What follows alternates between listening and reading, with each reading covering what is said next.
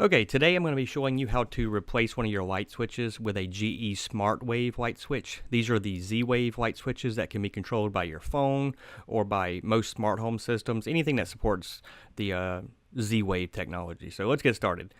So step one, definitely want to go turn the breaker off to the light switch that you're going to be working with so you don't get electrocuted or shocked or both. So easy way, turn your light on, go flip the breaker that you think is right. If the light goes off, you probably got the right one, but it'll never hurt to have either a voltmeter or a voltage detector just to ensure you're right. Once you get that done, take the two, most of them are flat screws to remove the faceplate, and then it's going to be usually a Phillips screw to actually remove the switch. Most of them are Phillips or flat once you get to this point. So just remove those two screws, and then we're going to remove the switch from the wall. And you'll notice there's two wires hooked up to it. We're dealing with a single switch today, not the three-way switches. I'll make a follow-up video on that. So you're going to take the two wires that are connected to the switch, and you're going to loosen up this Phillips screw on the side of your old switch, and then you'll just kind of pull the wires off. You may have to pull pretty hard to get them to pop loose, but no big deal. It's not gonna hurt anything because you're going to throw the switch in the trash when you're done, most likely. So just pull these off. And now we need to find the neutral wire. So back in the back of the box, you should have a bundle of white wires like you see here. And these are your neutral wires. Now, your old switch didn't require a neutral, but this new switch from GE does because it requires power to be able to communicate. So you've got to find these neutral wires, which are usually white. I don't want to say that's a guarantee, so always use your multimeter to confirm. And then you're going to take this white jumper wire that comes with the light switch, and you're just going to, using the wire nut that came off most likely, you should be able to twist them all together with the wire nut you pulled off, and that gives you a neutral connection to use for your new GE switch. Like I said, the new switch requires power, so it has to have a neutral connection because it does generate, obviously, wireless signals. Now you could just cut the ends off these copper wires and restrip a little bit, but I'm just going to take my pliers and straighten them out a little bit. They were curdled to be wrapped around the Phillips screws on the old switch, but you need to straighten them out because I really like the way that you can just punch them through the holes in the back of the GE switch. So all I'm doing is straightening them out with my pliers, and then I'm snipping just a tad off the end just because I've found on mine that there's a little more copper exposed than needs to be.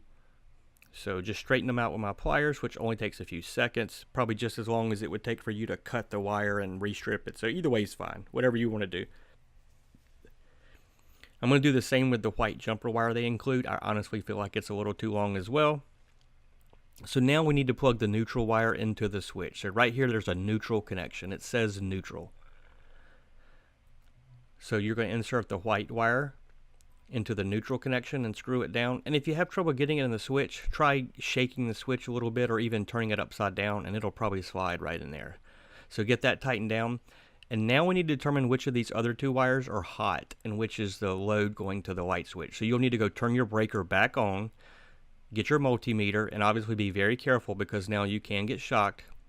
You're going to need to touch one probe to the neutral wire that you just wired to the switch, and then you're going to touch the other one to your two black wires or other wires that were hooked to the switch and see which one gives you about 120 volts. In my case, it's this top wire.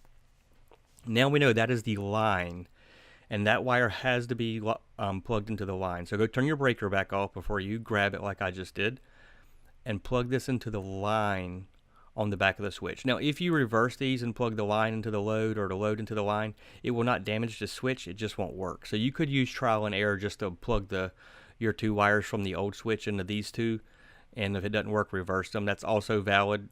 Just depends on how much time you got. So put them in from the back, tighten them down, and now the last step is easy. You're just gonna make sure that when you're putting the switch back in there that none of the wires come loose, and just kind of clean it up a little bit. I hate to jam it in there if it's really hard to get in there, so I kind of like to make sure that it slides in fairly easily and you don't feel like you're pushing it against a ton of force back there, resistance. So just screw them back into your box. Now, need to make sure, my camera's a little twisted here so it looks like this isn't level, but do your best to level this switch and make sure it's straight up and down before you tighten these, because if not, your switch is going to be crooked on the wall. So just try to level it up before you get any further. Now I'm using one of these screwless cases, and by screwless, it's not that it doesn't have screws, it's that you can't see them.